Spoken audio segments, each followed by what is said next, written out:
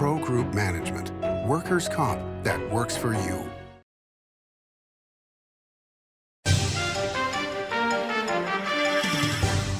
Welcome to Nevada Newsmakers. On the broadcast today, we're talking with Barb Santner and Marc Chapelle about SB 78. It concerns landscape architecture. Here for the whole show on an all-new Nevada Newsmakers. When in Carson City, Nevada Newsmakers records in the conference room of the Nevada Builders Alliance. Coverage of the 2025 legislative session is brought to you by Pro Group Management, workers' comp that works for you. NV Energy, proudly serving Nevada, providing electricity to 2.4 million electric customers. The Retail Association of Nevada, looking out for business. And by Story County, helping build Nevada's future. A power line is more than a power line. It's maintaining the bottom line for small businesses. It's keeping the assembly line moving for our workforce. For our brightest minds, it's meeting a deadline. It's on the front line with our heroes. And on the sidelines of the biggest games. It's a direct line to our loved ones. And it's a lifeline for the most vulnerable. There's a lot on the line. The Nevada Builders Alliance has been protecting the interests of the construction industry for over 50 years. Our programs save members thousands of dollars every year and allow them to provide much-needed benefits to their employees. Our industry also allows Nevada to grow. If you're thinking about a career in the construction industry, reach out.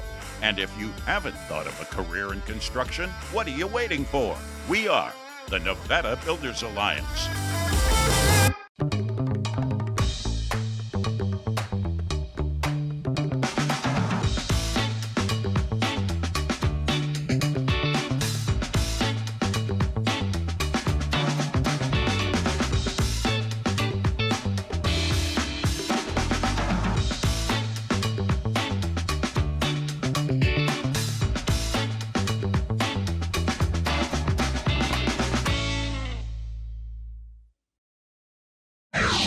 Is Nevada Newsmakers with host Sam Shad on No Holds Barred Political Forum. Now, from the Nevada Newsmakers broadcast headquarters, here is Sam Shad.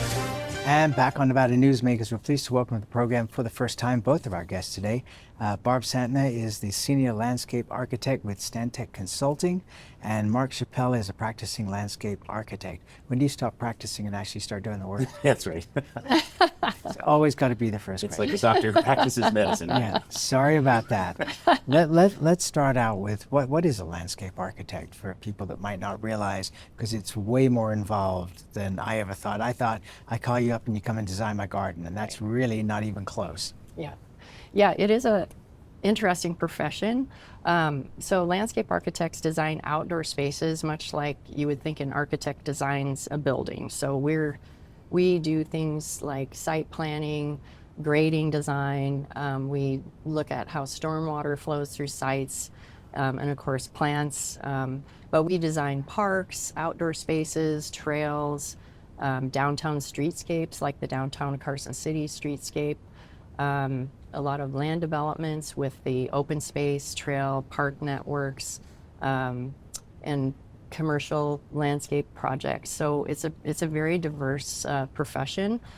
We also do a lot of work on transportation projects, such as designing large-scale erosion control to prevent sediment flowing off of steep slopes, and that sort of thing. So it's a complex profession that's kind of a combination of science and artistic efforts, and we are also now a STEM profession. Oh, as so many things have become over the years. Yeah.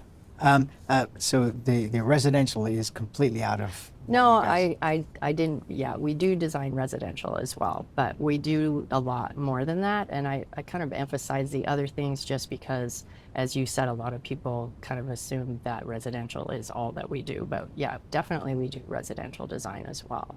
All right, so how, Marc, do you deal with Silver State and the lack of water that we have? My goodness. Well, part of what we bring to the table is being able to use that water efficiently and judiciously, and that's a component of what we do. Every project that I've worked on commercially, you always have to calculate or estimate water demand, water usage through whoever the purveyor of the water might be. And those water rights go with the land, as you know, but a portion of that has to go to irrigating landscape. And a lot of city code requires landscape, so therefore it has to be irrigated. And in Nevada, if you don't irrigate it and it's not native, it doesn't grow. So that's water issues. And on a larger macro scale, as you know, in the West, liquor's for drinking, water's for fighting, and it is a contentious issue. Thankfully, we have very water purveyors who are looking to the future and saying, okay, what's the future demand and how are we going to meet it? But also on the landscape side, what's code minimum and code required for things like tree canopy, for heat island, to reduce heat island affected cities, but it requires water. So. Right, but I mean, that's a huge issue that really doesn't get talked about nearly as much as it should, which is that you can do something about, the warming that we are seeing in our major cities, not necessarily from global warming, I put it in parentheses, but just the fact that these cities are growing, and so there's more concrete, more cement, and if you have the thermometer for the Reno airport, it's going to get hotter each year. It's not going to get cooler as that expands. So how do you deal with that? Well, so the city of Reno did a study a couple of years ago about the overall tree canopy for the city, and it's coming up short compared to other southwestern cities. And the city has been pushing through different programs, Reno Relief being one of them, for the increase in the number of trees. And as a consequence, if you're planting more trees that need to be irrigated, you're going to increase water demand. But in terms of the water consumption, we've had discussions with Tum about this, that it's a rather small portion of the amount of water that's overall consumed. And it's a natural process. When you water the tree, and the water goes down to the ground, but it also it nurtures the tree. Most of the tree is actually water. And if you don't water a tree, it's obviously going to die. But it's a function of what we do, looking for sources for the water. And what's increasing in our profession now is the use of reclaimed water. There's actually quite a bit that needs to be used. The folks in the Reno Sparks area actually have an excess of water that needs to be used in some fashion. And one perfectly good use for that is irrigating landscape. Okay, we have additional water. Now, actually, I know this to be a fact, because Reno has something like an 11-year drought supply, correct? So there is no shortage of water, at least for the time being. And Barb, this is because most of the water that we have has come out of agricultural uses. They've converted that to more city but we don't have any of the controls that Southern Nevada has through the Southern Nevada Water Authority.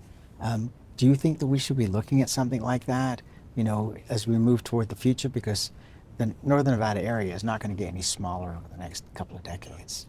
That's a good question.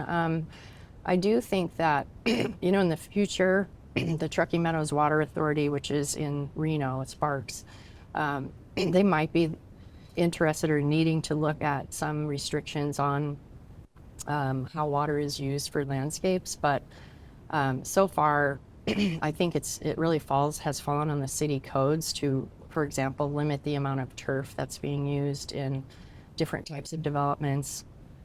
And there are also some techniques that we've been learning over the years that really improve how the water is directed to landscapes. For example, we do rainwater harvesting, which is when you design the site, and we do this kind of in collaboration with the civil engineers to look at how the natural rainwater flows, and we can grade these sites to direct it to the landscape islands, so that in the winter, for example, when you might hear the extension service come on the news and say it's really dry, don't forget to water your trees. Well, we can direct that winter water and also, of course, the summer rainwater to islands that have landscaping in them, and that supplements what we would be taking out of the, Truckee River for water.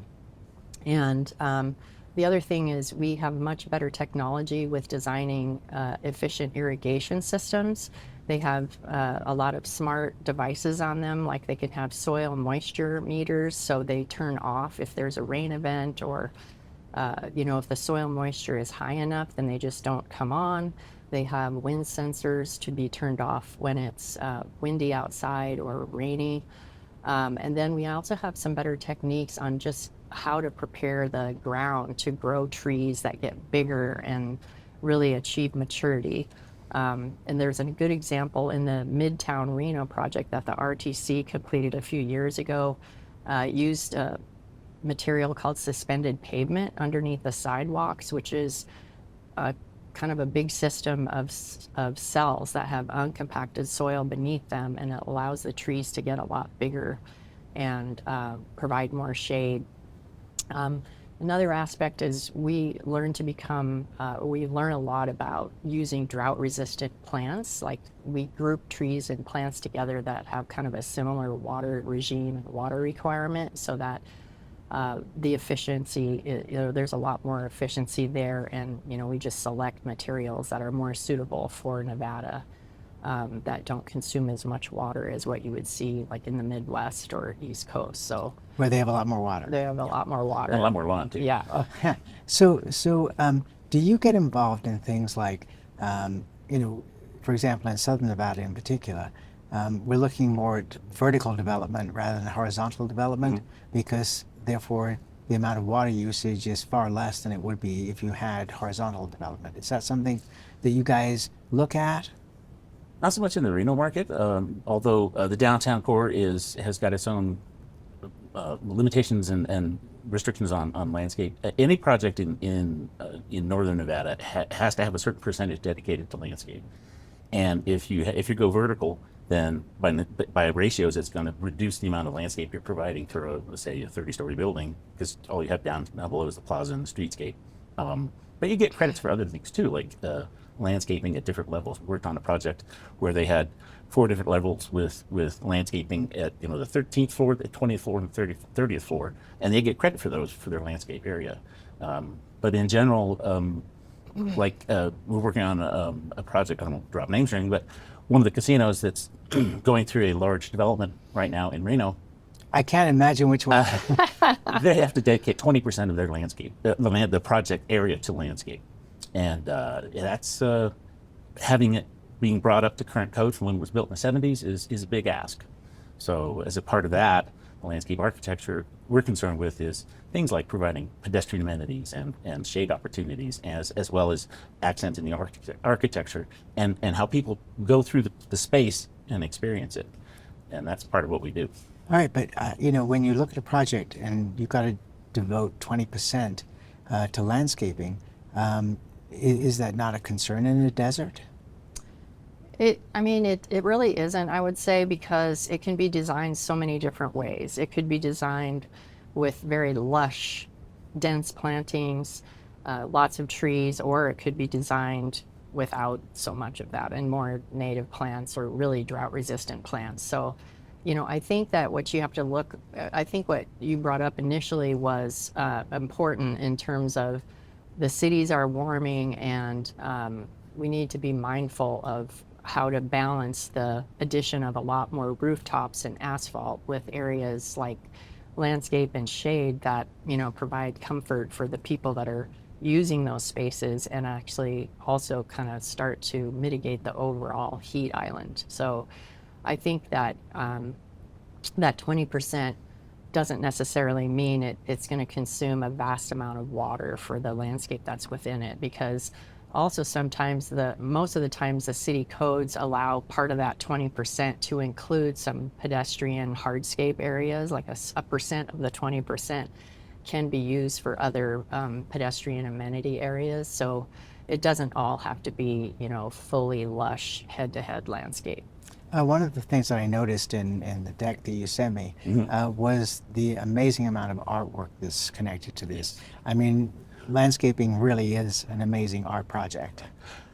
Well, Barb mentioned that we're a STEAM program, but I almost prefer to call it a STEM program. I'd rather call it a STEAM program, where the A stands for art. And we do have a large art component. There are some municipalities that require us to include art in our projects as a percentage of pedestrian amenity, but we encourage that. We have been doing some plazas for another resort in the Reno Sparks area that is very dependent on draw from the Burning Man folks, and they're bringing beautiful pieces of art off of the playa and being able to display those for people who wouldn't normally go out to the playa.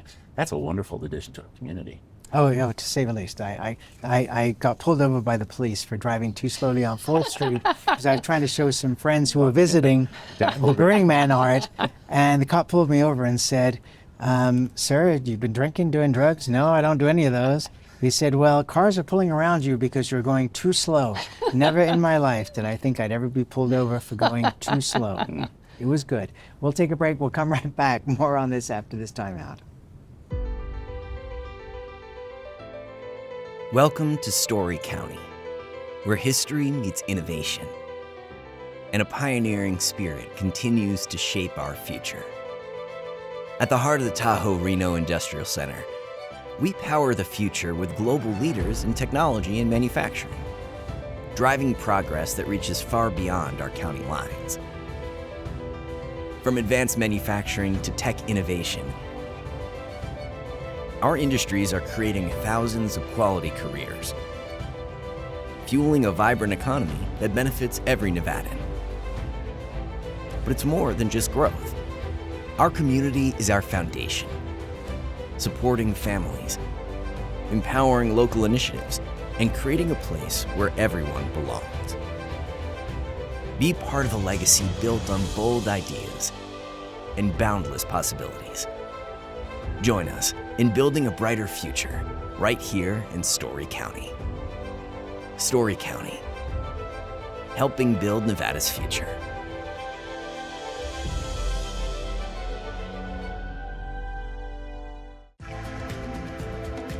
Save money and take transit. Did you know you can ride the bus all day for less than what it would cost you for a gallon of gas? Plan your trip now by going to rtcwashoe.com. Welcome to the Ahern Boutique Hotel, where luxury and warmth come together in the heart of Las Vegas. We take pride in offering a one-of-a-kind experience for both locals and tourists. Join us for handcrafted cocktails and an unforgettable experience. Joel's Chop House, the perfect place to savor views of the Las Vegas Strip. Satisfy your cravings at the Ahern Chocolate Shop. No smoking, no resort fees, and the parking is always free. The Ahern Luxury Boutique Hotel is your home away from home. This is Nevada Newsmakers. And back on Nevada Newsmakers, coming to you from Carson City with the Nevada Builders Alliance. And we're talking with Barb Santner, who's a senior landscape architect with Stantec Consulting, and Marc Chapelle, who is a practicing landscape architect. Tell me about SB 78. Goodness. Well, so it is a piece of legislation that's been brought forward by the governor through the Building and Industry Division under the executive branch to consolidate the various boards that the governor and his office oversees. We have, as a state, a number of boards that oversee different professions, different licensing groups, and it's an attempt to sort of gather up the hens in the chicken yard, if you will, and we're being caught up in that net. And there are some boards that we've been told by the B&I folks that are run inefficiently, and there are other folks like our board that is actually spot on. We're doing okay. We're self-funded. We don't take monies from the state coffers. Through our licensing process, we're able to manage the folks that are within our purview of review, and it includes the boards that are being consolidated anyway, that we've seen from the legislative side, the architects, the engineers, the interior designers, the environmental, what are they called? The health.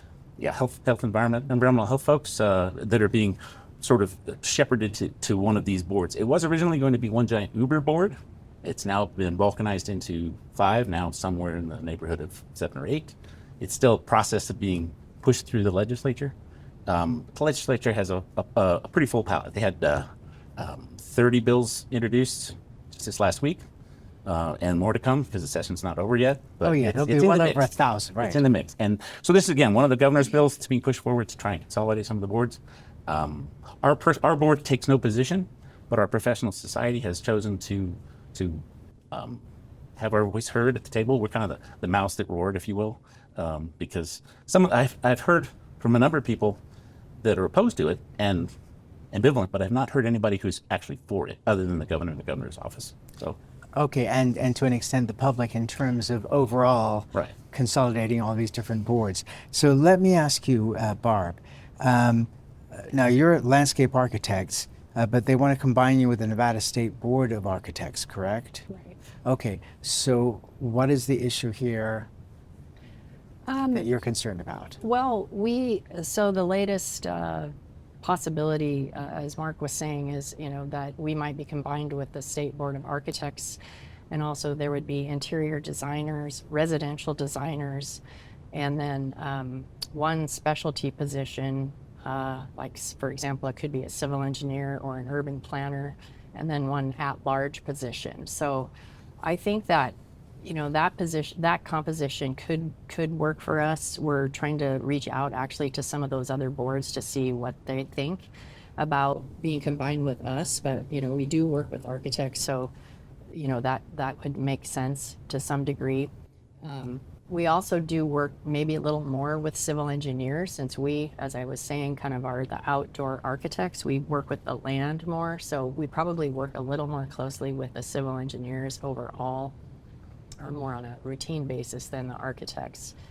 But I think mostly if this kind of composition should occur, we would like to make sure we have a voice on that table that really represents our position as anything is heard on those boards. So for example, they are proposing 2 seats for us on that board, and that might be okay, but we may ask for another seat on that board. Okay, what would be the negatives of this combination? Well, the negatives would be,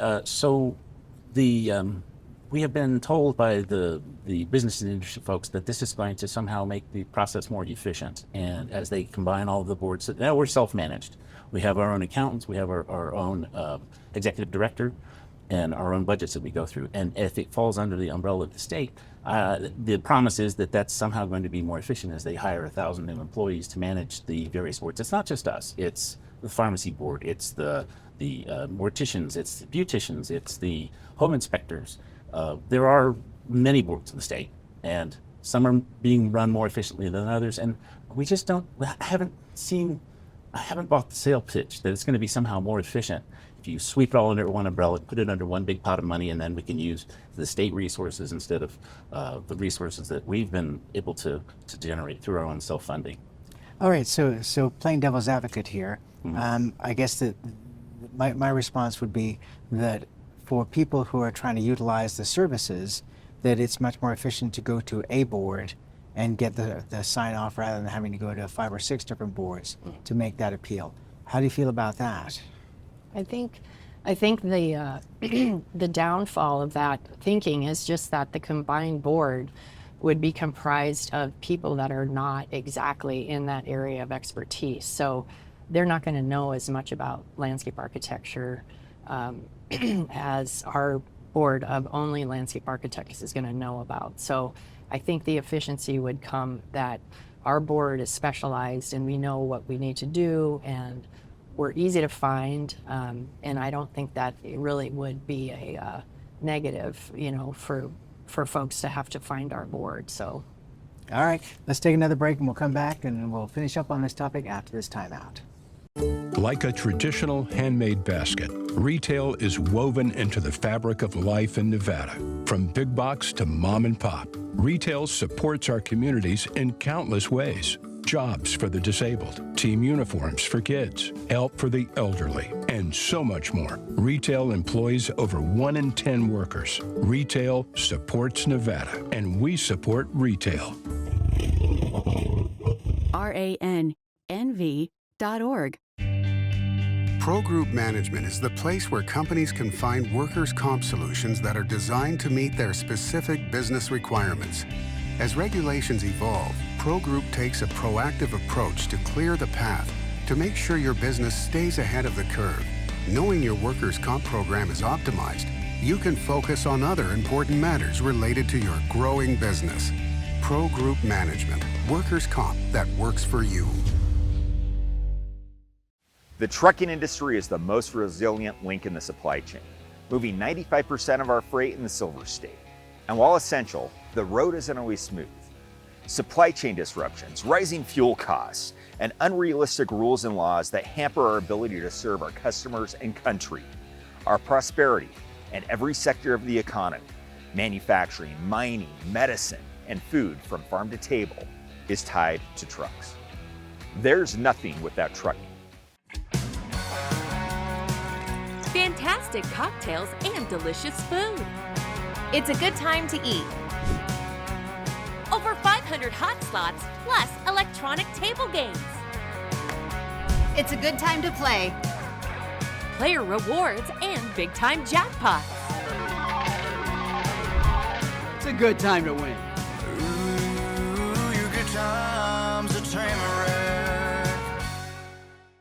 This is Nevada Newsmakers. And back on Nevada Newsmakers, we continue our conversation with Barb Santner and Marc Chapelle. Marc, what has been the response from the legislators at this point in time to your desire to not be combined with these other boards? So we've reached out to those folks that are going to be making these ultimate decisions to combine or not combine these boards. And in general, it's a wait and see. Wait and see. It's still a process. In fact, there was a new issue just came out yesterday of yet another adjustment to the governor's bill. And as to Barb's point earlier, we don't know as much as, say, a practitioner of civil engineering or architecture or interior design. We stay in our lane, and we're pretty efficient about what we do. And I sure hope that the legislature sees that it perhaps needs more work. All right, and that's where we have to leave it. Thank you both for coming in. I appreciate it, and I appreciate learning exactly what landscape architects do. Thank you both for being here, and we'll be right back. Each day, the Children's Advocacy Alliance partners with leaders, legislators, and families across Nevada to improve children's health, education, economic well-being, and safety. We recognize Nevada will be no better than the state of its children. Be a part of this change. Be a supporter of the Children's Advocacy Alliance. For more information, go to caanv.org. Carson Valley Inn, it's your place for the good times. Carson Valley Inn.